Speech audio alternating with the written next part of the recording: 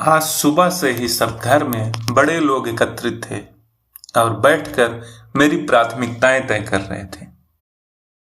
मैं उन लोगों के अनुसार कभी भी समय पर कार्य नहीं करती, इस कारण से शिकायतों का पोटला भी खोला जा रहा था।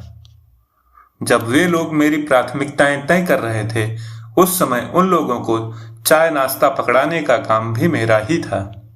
बस मुझे ऑर्डर दे दिया जाता था और मैं एक आदर्श कर्मचारी की तरह वह सब सामान उन तक पहुंचा देती थी।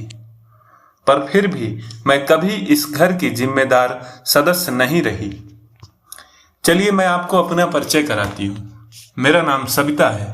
मेरे परिवार में मेरे ससुर अनिल और सासू सुषमा, मेरे पति रोहन, मेरा देवर रवि, छोटी ननद परी और मेरे 2 बच्चे अंश और आंचल हैं। एक ननद और है जो मेरे पति से बड़ी है और वह भी अपने पति के साथ आज मेरी प्राथमिकताएं तय करने के लिए घर में मौजूद है। मेरी शादी आज से 7 साल पहले हुई थी। जब मेरी शादी हुई थी उस समय मैं सरकारी स्कूल में अध्यापिका थी, जो आज भी हूं।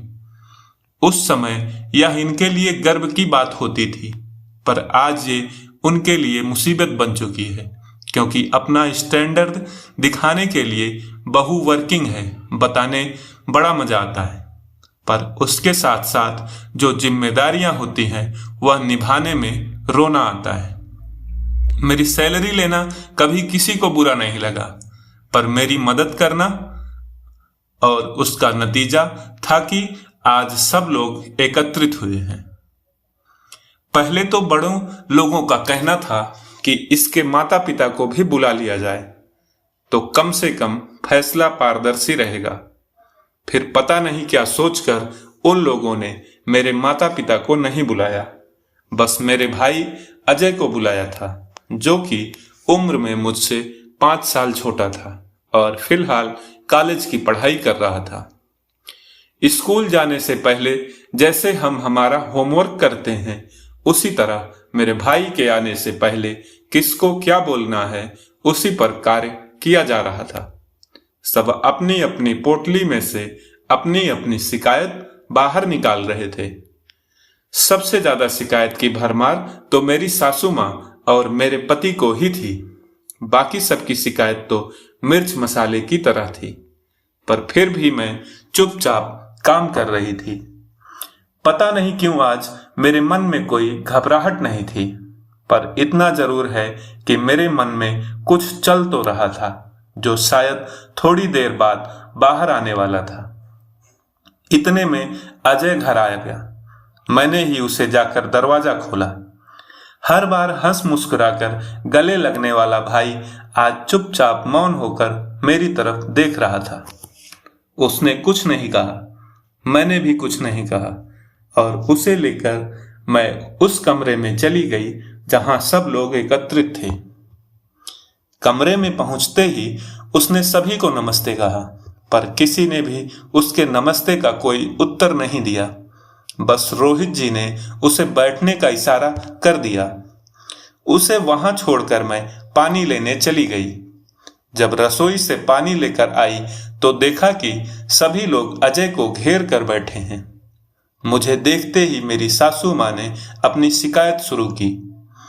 माफ करना अजय बेटा, लेकिन तुम्हारी बहन एक जिम्मेदार बहू नहीं है।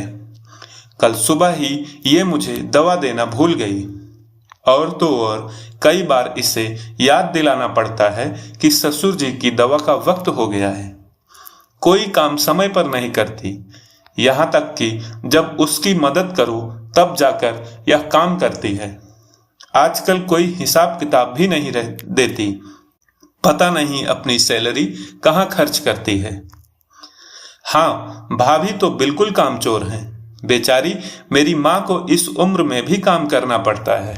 यह कोई उम्र है उनके काम करने की? कल मेरे कमरे की सफाई भी माँ ही ने की थी। छोटी ननद ने भी अपनी बात कही। अब बारी बड़ी ननद की थी, तो उन्होंने कहा, और तो और जब हम मायके आते हैं तो ये छुट्टी भी नहीं ले सकती। माँ ही हमें खाना निकाल कर परोसती हैं यहाँ तक कि विदाई भी हमें हमारी मनमाफिक नहीं देती। अब बारी देवर की थी तो देवर ने भी अपना तीर फेंका। भाभी तो इतना कुछ बोल जाती हैं माँ के सामने, अगर मेरी बीवी कल को ऐसा कुछ करेगी तो अच्छा सबक सिखाऊंगा उसे। इन्हें तो फिर भी सिर आंखों पर रखा जाता है। देखो अजय, मैं ज्यादा तो कुछ नहीं कहूंगा, लेकिन घर में यदि सभी को उससे समस्या है तो जाहिर सी बात है कि तुम्हारी बहन में ही कमी है। जो पहले काम का है वो बाद में करती है, जो बाद का काम है वह पहले करती है। यहां तक कि आजकल अपनी सैलरी का हिसाब किताब तक नहीं देती। बताओ, यह भी कोई बात हुई? कम से कम पता तो होना चाहिए ना कि क्या कहां खर्च कर रही है। अब तुम ही बताओ क्या करना चाहिए। अजय इस बात का जवाब नहीं दे पाया और मेरी तरफ देखने लगा। बस उसने इतना ही कहा, दीदी आपकी प्राथमिकताएं क्या हैं? उसका सवाल सुनते ही अपने चेहरे पर मुस्कान लाते हुए मैंने कहा, मैं खुद नहीं जानती कि मेरी प्राथमिकताएं क्या हैं। मेरी प्राथमिकताएं तो ये लोग तय करते हैं। मेरी सास अभी 55 साल की है। पहनने ओढ़ने घूमने फिरने के मामले में ये अभी भी जवान है। बस दवाई लेते समय या काम करते समय बुजुर्ग हो जाती है। वो अपनी सुविधा अनुसार मेरी प्राथमिकताएं तय करती हैं। मेरी छोटी ननद जो घर में कभी भी काम करना पसंद नहीं करती, यदि एक दिन उसके कमरे की सफाई उसकी माँ कर दे तो उसे बुरा लग जाता है। वो मेरी प्राथमिकताएं तय करती है। मेरा देवर जो स्वयं कुछ भी सुना देता है, खुद अपनी माँ और बहन को सम्मान नहीं देता, पर अपनी आने वाली बीबी को सबक सिखाने की बात कर रहा है, वो मेरी प्राथमिकताएं तय करता है। मेरी बड़ी ननद जो मायके आती है तो अपनी वर्किंग भाभी से ये उम्मीद करती है कि वो छुट्टी लेकर उसके साथ ही बैठी रहे, जबकि खुद अपनी माँ के कमरे में बैठकर पंचायत करती रहती है और भूलकर अपनी भाभी की मदद तक नहीं करती। साथ ही जो खुद अपनी ननद को कुछ देना पसंद नहीं करती, अपने घर बुलाना पसंद नहीं करती, वो मेरी प्राथमिकताएं तय करती है। मेरा पति मेरी ही सैलरी में हिसाब किताब पूछता है, जबकि उसे अच्छे से पता है कि मेरी सैलरी का आधा हिस्सा इन लोगों के लोन भरने में जाता है और कुछ हिस्सा बच्चों की फीस में। वो भी मेरी प्राथमिकताएं तय करता है। सच कहूं तो मेरी प्राथमिकताएं वो है जो मेरी अपनी है ही नहीं, उसे भी तय करने वाले कोई और फिर कहते हैं कि यह कोई काम ढंग से नहीं करती। देखना भाई, सुबह से ये लोग बैठकर पंचायत कर रहे हैं और मैं अकेले काम में लगी हूं। इन सब ने नाश्ता भी कर लिया, पर मुझे अभी तक चाय भी नसीब नहीं हुई। पर फिर भी ये लोग मेरी प्राथमिकता ढूंढ रहे हैं। बस इन सबको सेवा चाहिए, सेवा करने वाली चाहिए, पर बोलने वाली बहू किसी को नहीं पसंद। अब समझ में आ चुका है कि बहू के खिलाफ तो हर किसी को हमेशा ही शिकायत रहती है। तो सच कहूं भाई, अब मेरी प्राथमिकता मेरा अपना सम्मान स्वाभिमान है। अगर उसकी कद्र करोगे तो ही साथ दूंगी, वरना मैं अकेले भी खुश हूं। सेवा करती हूं तो सम्मान भी चाहिए। दो बातें ना सुनूंगी। अपनी सैलरी का अधिकतर हिस्सा तुम पर खर्च करती हूं तो कुछ अपने लिए भी रखूंगी। आखिर मेरा भी भविष्य सुरक्षित होना चाहिए।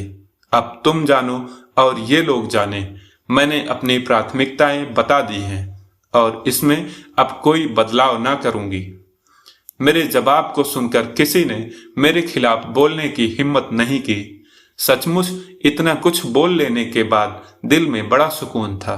साथ ही आज मैं आत्मविश्वास से लबालब भर चुकी थी, क्योंकि अब मैं अपनी प्राथमिकताएं जानती हूं।